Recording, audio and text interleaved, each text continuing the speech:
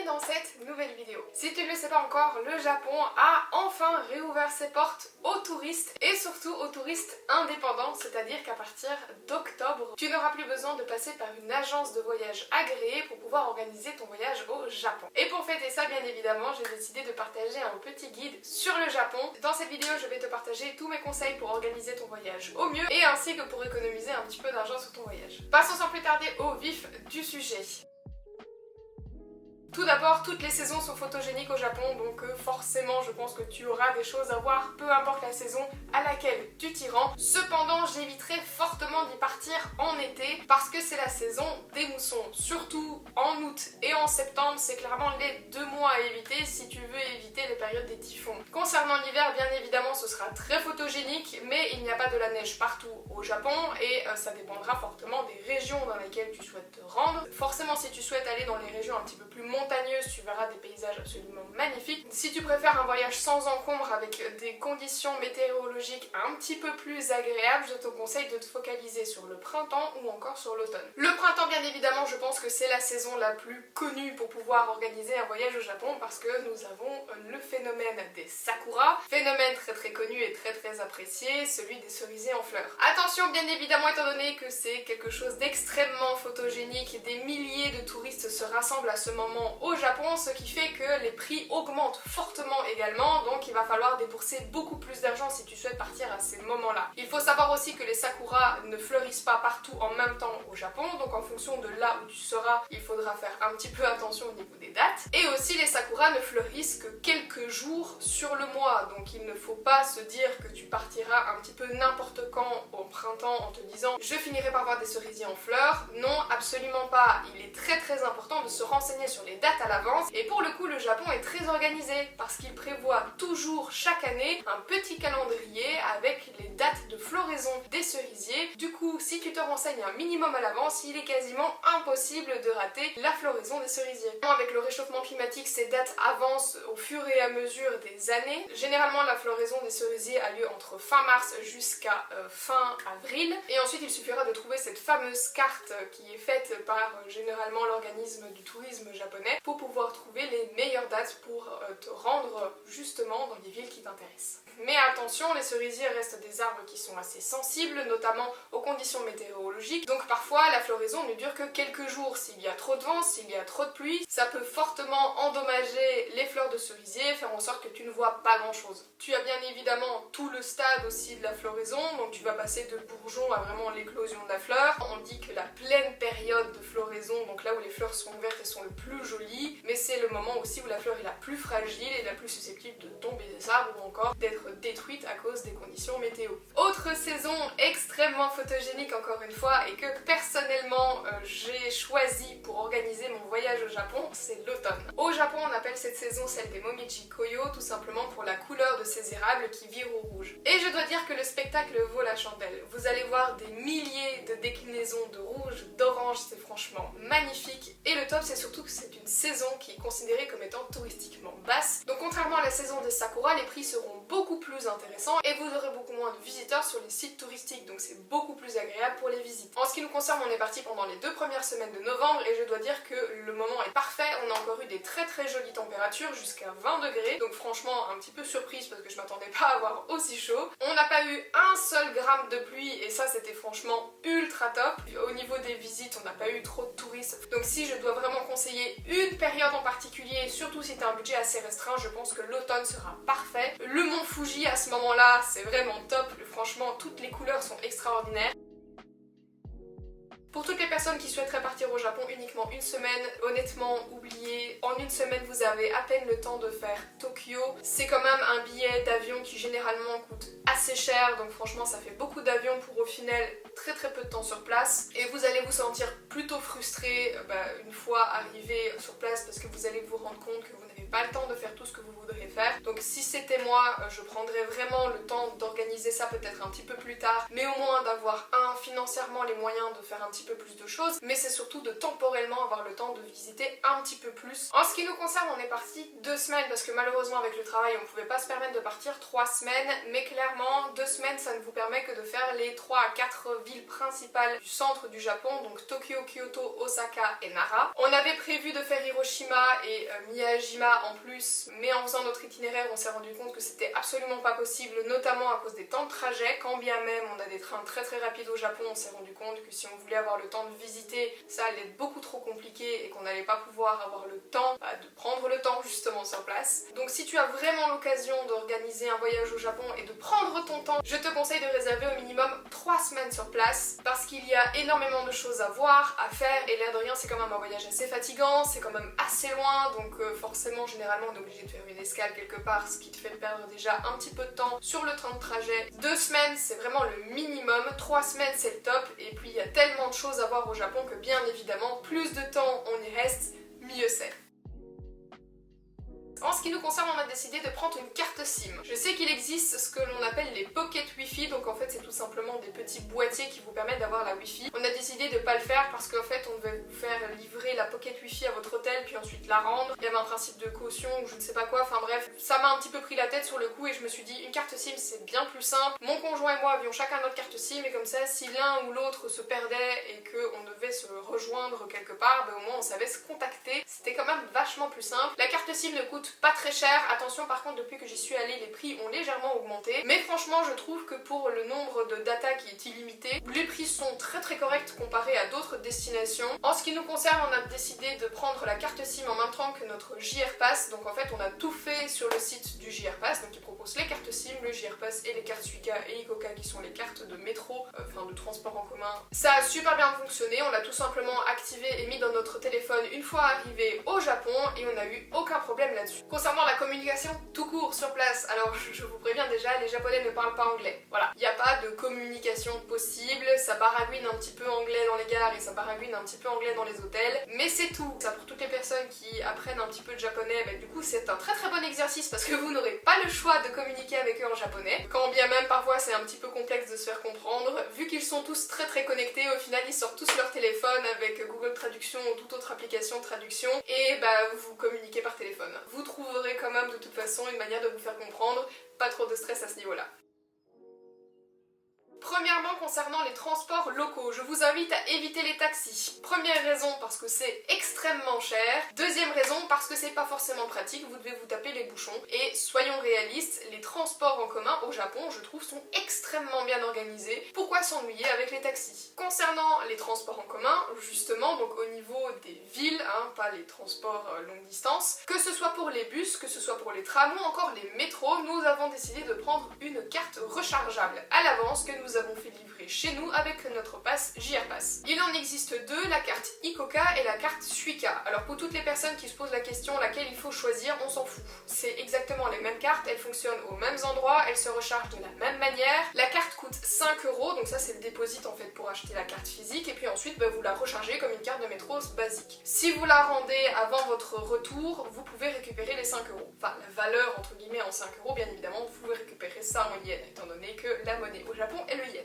Les petits automates qui sont disponibles dans les gares et dans les stations de métro sont généralement disponibles en anglais. Tout du moins, nous, on n'a jamais eu aucun problème, on a toujours pu les mettre en anglais. Par contre, de préférence, il faut de la monnaie parce qu'on a déjà eu la surprise de ne pas pouvoir payer en carte. Tout du moins, la carte ne fonctionnait pas. Donc, du coup, toujours avoir de la monnaie avec soi, c'est ultra important. Au Japon, quand bien même c'est un pays qui est très connecté, on a souvent été confronté justement à plusieurs petits restaurants, plusieurs petits magasins qui ne voulaient pas prendre nos cartes. Que ce soit parce que de toute façon, ils ne prenaient pas les cartes ou parce que c'était des cartes étrangères. Donc je vous conseille fortement de prendre suffisamment de cash avec vous. Pour le fonctionnement de ces cartes de transport en commun, pour les bus, sachez qu'il faut la scanner en rentrant dans le bus et également en sortant et vous serez débité en fait du montant en fonction du nombre de raies que vous avez fait. C'est pareil pour le métro, vous scannez en rentrant et en sortant et c'est pareil pour les trams, en rentrant et en sortant. Concernant les trajets longue distance, vous avez la possibilité d'acheter un JR Pass. Les JR Pass ne sont accessibles que pour les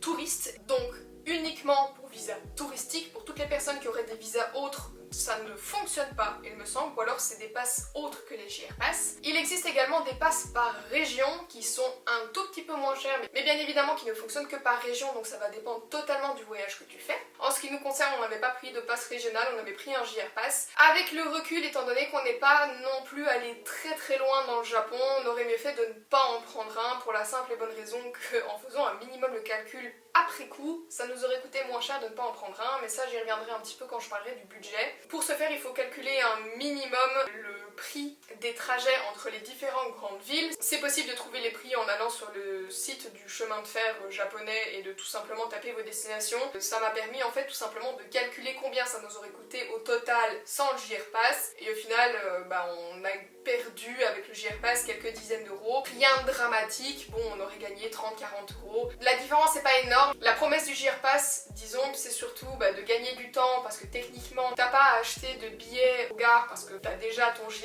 Pass, donc techniquement tu peux rentrer dans n'importe quel train. Du moment que c'est des trains JR, parce que ce n'est que pour les trains JR, je tiens à préciser, les trains indépendants ne sont pas partenaires de cette offre et de ce pass, donc vous ne pouvez pas rentrer dedans. Mais ça c'est très très bien expliqué dans le pass, quand vous achetez le pass vous avez tout un livret explicatif, donc à ce niveau là il n'y a pas moyen de se tromper, c'est très très bien expliqué. Mais en gros la promesse c'était vraiment, vous achetez le pass, vous n'avez pas besoin de faire la file, vous pouvez réserver vos places dans le train sur les écrans des automates qui sont disponibles directement dans les gares, et vous n'avez pas besoin de faire la file au guichet. Oui, mais en pratique non. On n'a pas été très chanceux là-dessus, c'est-à-dire qu'à chaque fois à la gare de Tokyo, à ce moment-là, les automates n'ont jamais fonctionné, ils étaient tous HS, donc du coup à chaque fois on a dû faire la file pour pouvoir réserver nos places dans les trains. Si tu ne réserves pas, il y a de fortes chances que tu doives faire tout le trajet assis par terre, donc c'est pas très agréable. Et sur certaines machines, c'était pas possible en fait de réserver ta place, donc du coup tu devais trouver les machines en question sur lesquelles il était possible de réserver sa place. C'était pas toujours très clair, enfin bref, au final j'ai trouvé ça plutôt compliqué, donc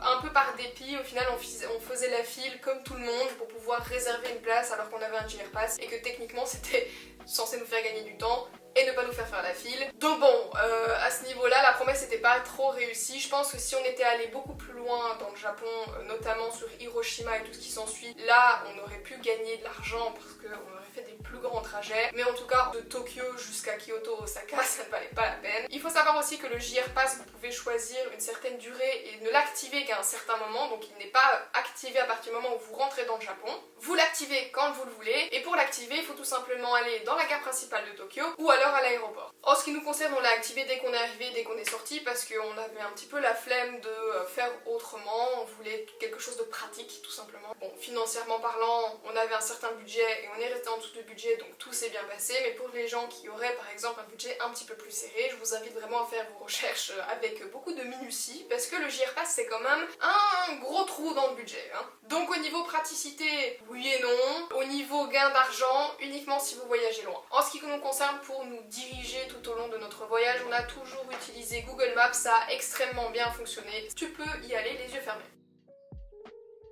Nous avons donc fait Tokyo, Kyoto, Nara et Osaka, ainsi qu'une petite journée au Mont Fuji. En ce qui concerne notre itinéraire, plus précisément, nous sommes restés en tout 6 à 7 jours à Tokyo. Je dis 6 à 7 jours parce que bien évidemment il y a les jours d'arrivée à l'aéroport et de départ à l'aéroport, donc techniquement on a été un peu raboté, donc on va dire 6 jours et demi. On est allé aussi une journée au Mont Fuji. On a passé ensuite 4 jours à Kyoto. On a fait 2 jours et demi à Osaka et une journée entière à Nara. Si c'était à refaire au niveau de Tokyo, je laisserais comme ça pour la simple et bonne raison qu'il y a énormément de choses à voir à Tokyo. Donc si j'étais toi, j'y prévoirais au moins 5 jours, ça c'est sûr et certain, parce que franchement on n'a pas eu le temps de faire tout ce qu'on voulait voir. Sur l'itinéraire total, on avait décidé de faire moitié-moitié, donc c'est-à-dire on avait fait 3 jours et demi au début et 3 jours et demi à la fin, donc on avait fait notre séjour à Tokyo divisé en 2, pour la simple et bonne raison qu'on n'avait pas trop envie d'être stressé avec les trajets retour depuis Osaka pour pouvoir reprendre l'aéroport en fin de séjour. Et au final je trouvais ça pas trop mal, surtout que ça nous permettait de loger dans des coins différents de Tokyo et donc du coup de gagner pas mal de temps au niveau des trajets, donc ça je trouve que c'était pas mal. Au niveau du Mont Fuji, si c'était à refaire, j'y passerais une journée supplémentaire parce que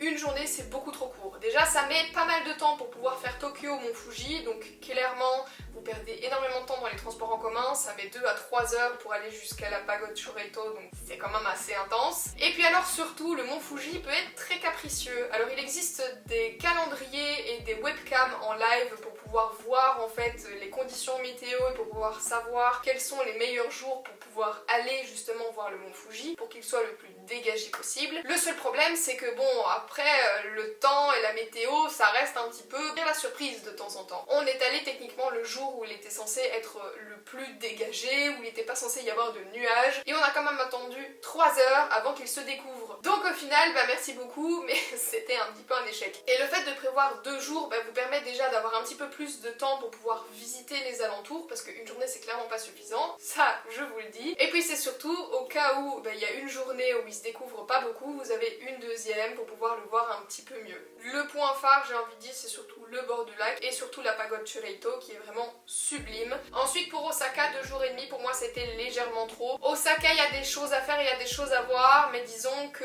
il y avait des choses que j'aurais préféré privilégier, comme par exemple le mont Fuji. Si c'était à refaire, j'y serais donc passé un peu moins longtemps. Par contre, selon moi, il est obligatoire de prévoir au moins 2 soirées à Osaka pour voir notamment Shinsekai et Dotonbori de nuit. C'est 2 quartiers qui sont très vivants, qui sont notamment connus pour leurs illuminations. Donc si tu y vas de journée, ok c'est chouette, mais tu rates quelque chose parce que pour moi tout se passe de nuit. C'est notamment là où tu vas pouvoir avoir toute la street food. Donc du coup tu arrives là-bas en fin d'après-midi, tu visites Dotonbori, ensuite le lendemain tu fais Shinsekai. Une journée et demie, 2 jours Osaka, c'est suffisant. Et puis si tu as 2 semaines, le reste peut-être privilégie le mont Fuji. En ce qui me concerne, c'est comme ça que je le ferai. Concernant Kyoto, on y est allé 4 jours. On aurait pu réduire à 3, certes, mais Kyoto pour moi c'est la ville que j'ai préférée. L'ambiance est incroyable, on logeait dans le quartier Gion et franchement c'était ultra top. Il va falloir bien évidemment se lever très tôt parce que forcément c'est très touristique, donc si vous voulez être un peu au calme, il faut se lever tôt, hein, ça se mérite. Il y a quelques sites touristiques qui sont un petit peu à l'écart de la ville, donc forcément ça met un petit peu plus de temps pour y accéder en transport en commun. C'est la raison pour laquelle pour moi 3 jours et demi à 4 jours c'est nécessaire pour pouvoir profiter des lieux. Dernier arrêt, Nara, et pour le coup, une journée entière c'était largement suffisant. On est parti très tôt, on est rentré très tard, on s'est très bien amusé. Je vais te mettre à l'écran pour moi les listes des choses que j'ai faites et qui sont absolument à faire, et je vais te donner quelques conseils supplémentaires parce que si je dois citer chaque activité en particulier, cette vidéo sera beaucoup trop longue. En tout cas, si tu veux plus de détails, n'hésite pas à aller sur le blog parce que j'ai encore plein d'autres informations là-dessus, mais ici je vais aller droit au but. Concernant Kyoto, il n'y a pas une seule activité que je ne recommande pas. Quand bien même certaines activités sont un petit peu moins impressionnantes que d'autres, je trouve que chaque activité avait entre guillemets un petit quelque chose. La forêt de bambou, parlons-en. Alors là, c'est quand même je pense la plus grosse déception que j'ai eue au Japon. Elle est extrêmement petite. En fait, moi je m'attendais à me perdre dans une forêt de bambou.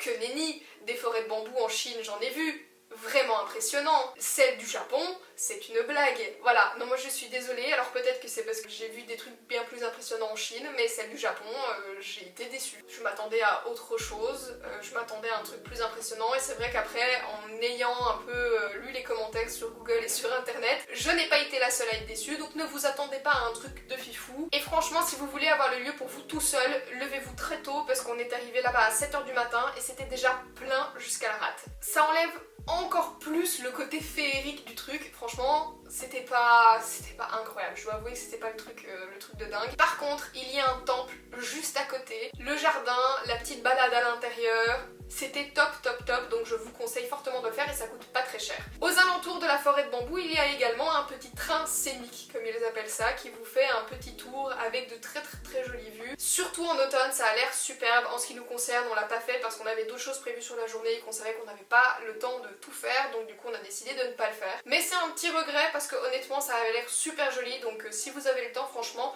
n'oubliez pas de le faire, ça a l'air super. Concernant Fushimi Inari, c'est toutes ces torii, ce passage de torii, c'est absolument sublime. Vous pouvez y aller très tôt le matin quand le soleil se lève, ça donne des couleurs incroyables sur les torii. Franchement, profitez de tout ce qui est levé et couché du soleil parce que sur tous les bâtiments rouges et ça donne une ambiance de dingue. Et alors, ne vous focalisez pas sur les premières torii s'il vous plaît, parce que tout le monde en fait s'agglutine sur les premières torii et prend ces photos là. Ne faites pas comme tous les touristes, vous tracez, vous passez tous les groupes de touristes, vous avancez parce que c'est comme ça pendant littéralement des kilomètres. Donc trouvez votre spot. Honnêtement, ce ne sera pas le seul spot photo qu'il va y avoir à Fushimi. Et vous verrez, il y aura plein d'autres endroits super pour prendre vos photos et au moins vous serez tranquille. Mais ne vous arrêtez pas à l'entrée, franchement, juste tracez et vous verrez, il y aura plein d'autres endroits super. Le Kiyomizudera, qui a malheureusement été en travaux lorsqu'on y est allé. Mais par contre, même s'il était en travaux, c'est un lieu extraordinaire, surtout pour le coucher du soleil. Top, franchement, il faut y aller. Et le quartier Gion, que ce soit de jour ou de nuit,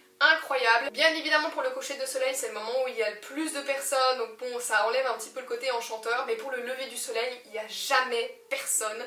On l'a fait 2 fois, c'était tout le temps vide, donc franchement allez-y pour le lever du soleil, c'est absolument incroyable. Kyoto c'était mon gros coup de cœur de ce voyage et c'était clairement ce que j'ai préféré. Concernant Osaka, je l'ai déjà dit, mais pour moi, les 2 activités favorites, ça a été Dotonbori et Shinsekai, et surtout de nuit, et puis alors la street food. Je ne conseillerais pas forcément de restaurant à Osaka, parce que nous, on a surtout mangé de la street food. Okonomiyaki, takoyaki, tout ce qui s'ensuit. Les takoyaki, en plus, c'est originaire d'Osaka, donc franchement, vous allez dans les petites échoppes, vous goûtez un petit peu de tout et n'importe quoi. C'est ça un peu l'ambiance Osaka. Et puis alors, il y a le château d'Osaka aussi. En ce qui nous concerne, on n'est pas allé à l'intérieur et on n'est pas monté tout au-dessus. Concernant Osaka aussi, on a fait le temple à la tête de lion. C'est un temple qui est assez original et on avait le temps sur place parce qu'on s'ennuyait un petit peu, donc on a fait le trajet jusqu'à là. C'est quand même assez marrant et en fait c'est un temple à la base qui est censé avaler les mauvais esprits. C'était assez anecdotique, c'est totalement gratuit donc vous pouvez y aller. C'est marrant, donc si vous avez le temps, pourquoi pas. Concernant Nara, bien évidemment, c'est là où il y a les cerfs. S'il vous plaît, ne nourrissez pas les cerfs avec n'importe quoi parce qu'ils ont un estomac assez fragile, ils ne peuvent pas manger tout et n'importe quoi. Vous voyez que les gens leur donnent des galettes, mais c'est des galettes qui sont faites pour ça. C'est des galettes que vous pouvez acheter pour 140 yens, je pense, ou 100 yens, enfin bref, que vous pouvez acheter en fait à des petits japonais, ils ont des genres de petites cahutes et vous pouvez leur acheter les galettes et vous pouvez donner ça aux cerfs. Attention cependant, il y a des cerfs qui chargent, il y a des cerfs qui sautent, il y a des cerfs qui vous marchent dessus. Ça reste des animaux sauvages. Ils sont pas là pour faire des gâtés avec vous, donc soyez un minimum respectueux de ces animaux, s'il vous plaît. Et puis ensuite, bien évidemment, il y a le temple, patrimoine mondial de l'UNESCO, qui abrite un Bouddha absolument énorme, qui est même d'ailleurs, je pense, l'un des plus grands Bouddhas du Japon, ou le plus grand Bouddha en bois, l'un des 2. Il est absolument énorme, et d'ailleurs, sur l'un des piliers, je pense que c'est celui de droite, donc quand vous faites face au Bouddha, dans lequel il y a un énorme trou, et le trou représente sa narine. Donc si vous arrivez à passer dans le trou, ça vous apportera de la chance. Voilà, donc vous pouvez toujours essayer. Ensuite, il y a quelques autres petits temples dans les alentours du parc de Nara. Nous, on en a fait un, et pareil, c'était super joli avec les couleurs. Ça te permet aussi parfois de monter sur quelques petits points de vue. Et franchement, c'était une superbe balade et une super expérience. Concernant la ville de Nara, on l'a pas forcément visité. On a fait quelques boutiques, mais sans plus. Concernant Tokyo, il y a énormément de choses à faire. Encore une fois, tu as les screens qui s'affichent à l'écran. Juste un petit disclaimer concernant le marché aux poissons. J'ai vu pas mal d'avis négatifs concernant ce marché aux poissons, car beaucoup de touristes trouvent qu'il a un petit peu perdu son côté authentique et que c'est un peu devenu un attrape-touriste justement, notamment sur les prix des différents magasins de sushi qui bordent le marché aux poissons. Je lâche l'information comme ça. Moi personnellement, j'y suis pas allée parce que encore une fois, j'ai été clouée au lit les 2 derniers jours à Tokyo, donc on avait prévu d'y aller et on n'y est pas allé, mais je lâche l'information, faites ce que vous voulez avec. Concernant le musée de Team Lab Borderless, c'était absolument incroyable. Il en existe 2 à Tokyo qui offrent des choses différentes. Il y a quelques salles qui sont les mêmes dans les 2, mais principalement les expériences sont différentes. Donc du coup il y en a un par exemple où vous allez arriver dans de l'eau, va falloir enlever vos chaussures et tout ce qui s'ensuit. Nous on a fait l'autre. Et franchement c'est un truc qu'on a absolument adoré, ça nous a pris toute l'après-midi. Le ticket est entre 20 et 30 euros il me semble, et franchement si vous avez le temps de le faire, faites-le parce que je trouve que c'est une expérience qui change un petit peu et nous on a absolument kiffé. Par contre la musique est très forte, donc pour les migraineux prévoyez des boucliers. C'est très photogénique, vous pouvez rentrer avec vos caméras, vos appareils photo, tout ce que vous voulez. Par contre il y a certaines salles qui sont bien évidemment plus photogéniques que d'autres et donc du coup pour ces salles il va falloir faire un petit peu de file, mais franchement rien de dramatique, on n'a jamais dû faire la file trop longtemps. Et petit tips, à la fin de la journée, quand ça commence à se vider, vous pouvez faire le tour de plusieurs salles qui étaient bondées auparavant, et ce de manière très rapide. Donc c'est à dire qu'il y a 2 salles, on est passé 2 fois dedans parce qu'en fait il n'y avait plus de file, parce qu'en fait c'était la fin de la journée, donc du coup techniquement ils vidaient le musée et donc les gens commençaient à partir et nous on en a profité pour faire toutes les dernières salles qu'on n'a pas eu le temps de faire. Donc voilà, ça c'était le dernier tips. Concernant les différents points de vue sur Tokyo, alors il y en a beaucoup qui adorent faire la Tokyo Skytree et la Tokyo Tower. Dans ces 2 tours il y a des musées, il y a des parcs activités, donc il y a le parc One Piece dans la Tokyo Tower par exemple, il y a le Pokémon Center, donc le magasin Pokémon dans le Tokyo Skytree. En ce qui nous concerne, on n'a pas fait la Tokyo Tower, on a fait la Tokyo Skytree uniquement uniquement pour aller faire les magasins, donc on n'est pas monté au point de vue. Pour toutes les personnes qui se diraient oui je vais aller faire les magasins donc j'aurai le point de vue, vous voyez pas grand chose. Honnêtement ils font en sorte bien évidemment que vous ne pouvez pas voir grand chose si vous ne faites que les magasins. Et honnêtement ça ne vaut pas le coup de payer 30 € pour le Tokyo Skytree ou le Tokyo Tower parce que si vous êtes dans l'une des deux tours, en fait vous voyez pas l'autre, ça c'est la première chose. Mais c'est surtout qu'il existe des points de vue gratuits à Tokyo, notamment les tours du gouvernement. Les tours du gouvernement se trouvent dans le quartier de Shinjuku qui est totalement gratuite. Bon et par contre si vous y allez aux alentours du sunset il va falloir faire un petit peu la file donc prévoyez un petit peu de temps à l'avance. La vue est ouf, si c'est bien dégagé vous pouvez même voir le mont Fuji. Vous pouvez y rester le nombre de temps que vous voulez et il y a un ascenseur donc il n'y a pas besoin de monter les escaliers. Et puis en plus vous pouvez voir et la Tokyo Tower et le Tokyo Skytree. Nous en tout cas on a trouvé ça ultra chouette et puis ça vous fait quand même économiser 30 € de ticket. Donc, du coup c'est pas rien comme économie. Je vous invite aussi fortement à rentrer dans tout ce qui est salle d'arcade. Alors je sais c'est aussi clairement un endroit où tu commences à mettre de l'argent et puis au final il y a des sommes astronomiques qui s'en vont sans que vous ayez fait attention. Mais clairement c'est un petit peu l'ambiance du Japon, c'est les salles d'arcade, c'est les jeux au tambour là, le Taiko no Tatsujin. Moi c'était vraiment genre on y passait au moins une fois par jour. On était tellement fans qu'on a acheté le jeu Switch avec les tambours, donc c'est à dire qu'on a le jeu à la maison, on continue à y jouer. Mais voilà c'est un petit peu l'ambiance avec ces machines pour pouvoir attraper les peluches et tout. Bon. Donc ça c'est quelque chose selon moi qu'il ne faut pas rater. Le premier qu'on a fait à Tokyo était le APA de Nihonbashi Bakurocho, donc ça c'était la gare JR qui était juste à côté. Il faut savoir que les chambres généralement sont assez petites, donc pas beaucoup de place pour ouvrir sa grande valise, hein, ça c'est un fait. Ça c'était un petit peu la norme au Japon, les chambres sont assez petites. Par contre les chambres sont très bien, sont assez bien fournies, mais tout était ultra confort, donc à ce niveau-là, rien à redire. La situation était pas trop mal, on avait une gare JR juste à côté et ça nous permettait d'arriver facilement en fait avec les trains JR jusqu'à Akihabara ou encore jusqu'à la gare centrale de Tokyo, donc ça c'était assez sympa. Pour le deuxième hôtel, on est allé dans un autre hôtel mais cette fois-ci sur le quartier de Roppongi. L'hôtel était aussi super bien, on avait une petite terrasse en rooftop bon, qui n'était pas suffisamment haute que pour nous donner une réelle vue vraiment en 360 sur la ville de Tokyo, pas du tout. Cela dit c'est quand même un endroit très agréable pour pouvoir prendre un petit peu l'air. Les chambres aussi sont tout à fait correctes, encore une fois un petit peu petites mais pour le coup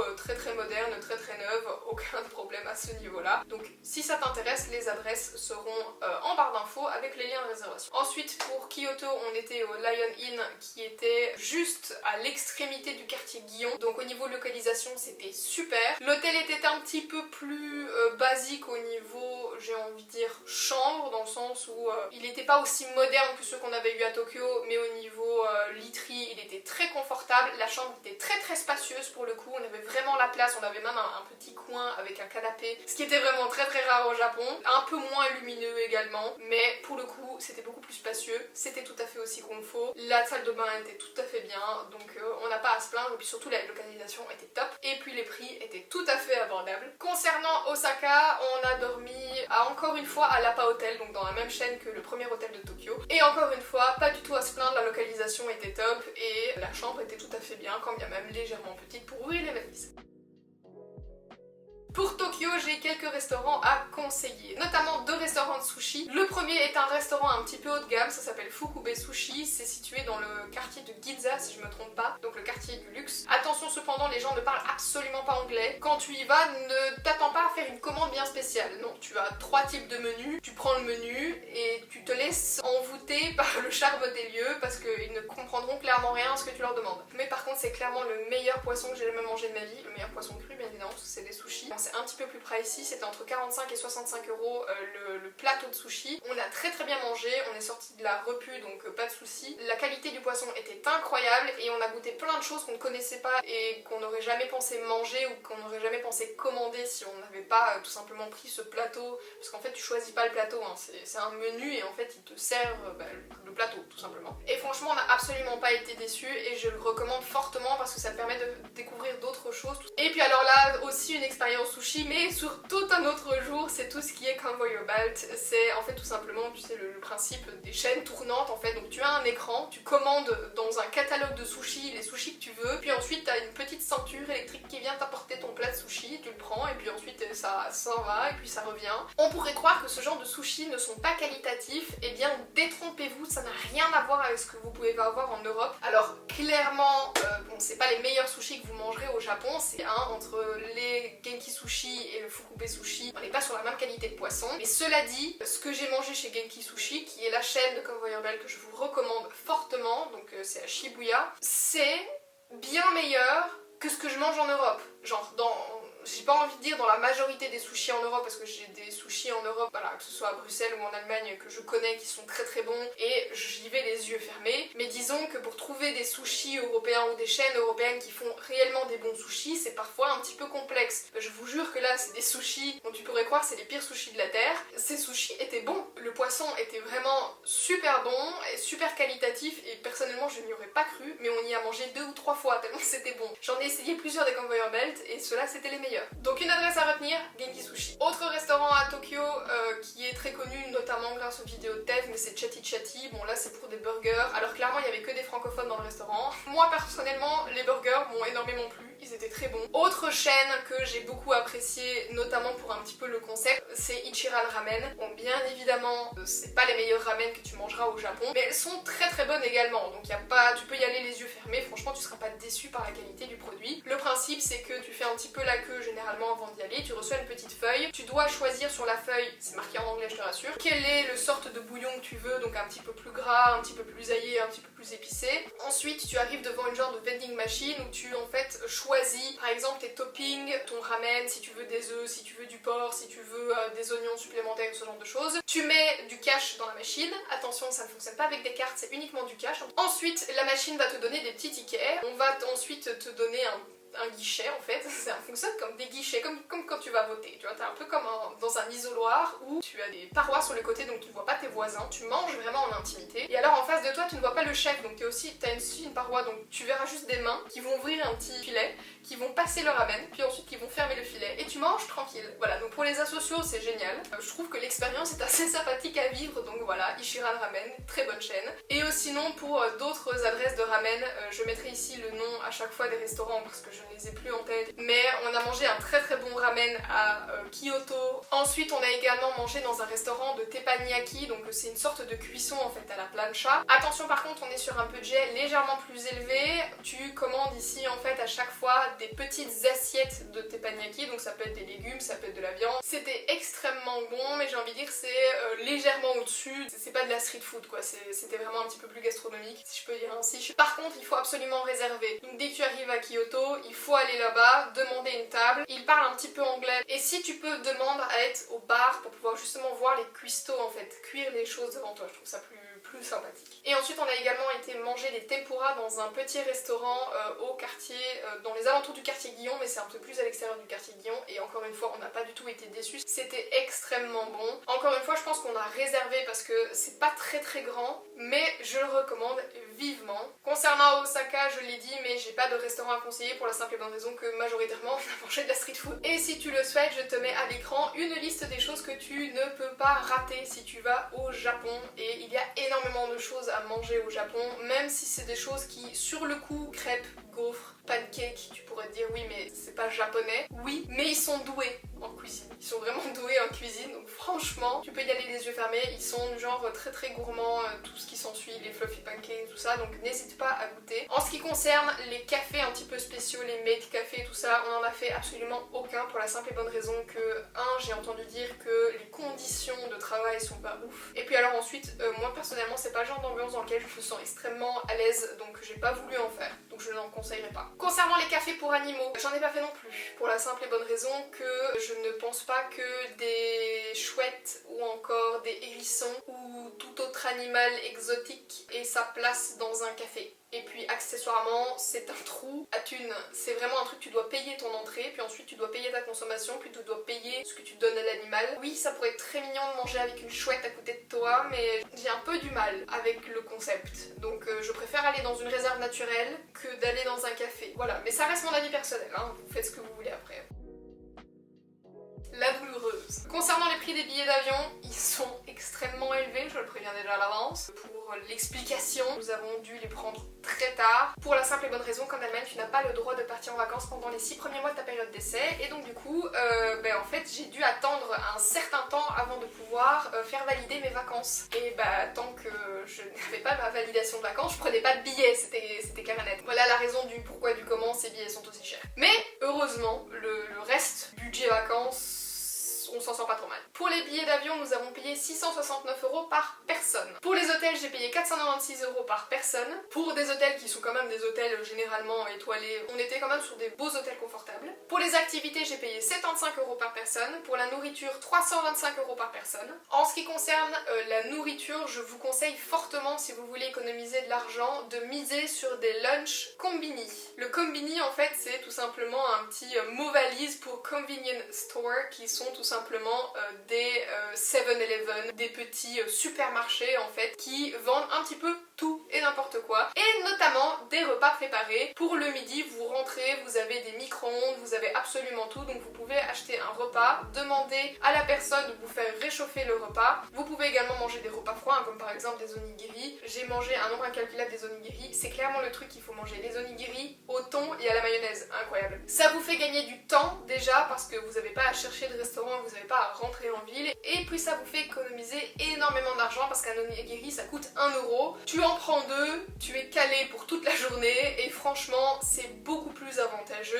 Généralement on faisait des petits pique-niques dans les parcs, c'est ce que les japonais font aussi, c'est absolument top et c'est un gros plus pour le budget. Pour les souvenirs on a payé 140 € par personne, notamment parce qu'on a voulu acheter des couteaux japonais et pour acheter le couteau japonais, pour ceux qui ça intéresse, l'adresse est sur le blog, je la mettrai en description si ça intéresse. C'est dans les alentours de Asakusa, c'est dans l'une des rues adjacentes. Par contre si vous voulez acheter des souvenirs tels que de la vaisselle ou ce genre de choses, n'achetez pas dans les boutiques qui sont vraiment genre juste à côté d'Asakusa. Éloignez-vous légèrement, continuez un petit peu dans les petits magasins qui sont un peu décrépits, c'est là où vous aurez les meilleurs prix. Pour la carte SIM on a payé 25 € par personne et pour les transports on a payé 400 € de JR Pass ainsi que 45 € de métro, ce qui nous fait un total de 2175 € par personne. Donc voilà, comme je l'ai dit, je pense qu'il y a un moyen encore d'économiser légèrement sur le prix du billet d'avion, mais honnêtement je trouve que pour le confort qu'on a eu sur place, pour le prix du JR Pass qui est quand même assez important, et un voyage aussi dépaysant, 2100 € par personne, ça reste franchement raisonnable. Certes c'est un coût, c'est un investissement, mais c'est clairement l'un des plus beaux voyages que j'ai fait. Il est possible bien évidemment d'économiser encore un petit peu d'argent si vous privilégiez par exemple les auberges de jeunesse plutôt que les hôtels, parce que nous on a voulu absolument loger dans des hôtels, mais vous pouvez tout à fait être dans des auberges de jeunesse, ça coûte beaucoup moins cher. Attention cependant pour toutes les personnes qui souhaiteraient être dans des capsules hôtels, parce que c'est très populaire au Japon, sachez que tous les capsules hôtels, donc les capsules où vous êtes vraiment tout seul dans une capsule, ne sont pas toujours moins chers que les hôtels, surtout si vous êtes un couple par exemple. Si vous êtes tout seul, potentiellement, parce que bon généralement quand vous prenez une chambre, vous devez payer pour le prix de la chambre double, donc il n'y a pas moyen de diviser les coûts. Mais par contre si vous êtes deux et que vous devez prendre 2 capsules, au final vous vous rendez compte que c'est pas forcément plus intéressant. Le JR Pass aussi c'est une grosse dépense, donc n'hésitez pas par exemple à prendre un JR Pass d'une semaine histoire de réduire fortement le prix du JR Pass et à ne l'activer que quand vous faites réellement les gros trajets, comme par exemple de Tokyo jusqu'à Kyoto, parce qu'il faut savoir que vous n'êtes pas obligé d'activer votre JR Pass entre l'aéroport de Tokyo et Tokyo justement. Nous on l'a fait parce qu'on avait la flemme, bon la flemme nous a coûté quelques dizaines d'euros supplémentaires, c'est pas dramatique, mais je le dis dans le cas où vous avez quand même un budget assez restreint. Cette vidéo s'achève ici, je pense que j'ai tout dit, tout du moins j'espère que je n'ai rien oublié. En tout cas s'il y a des questions auxquelles je n'ai pas répondu, n'hésitez pas à me les poser en commentaire et j'y répondrai avec plaisir. Oh, sinon il y a également plein d'informations qui sont déjà disponibles sur le blog, j'ai plusieurs articles à ce sujet, donc n'hésite pas à aller jeter un œil sur le blog et on se retrouve la semaine prochaine pour une nouvelle vidéo. A très bientôt, ciao.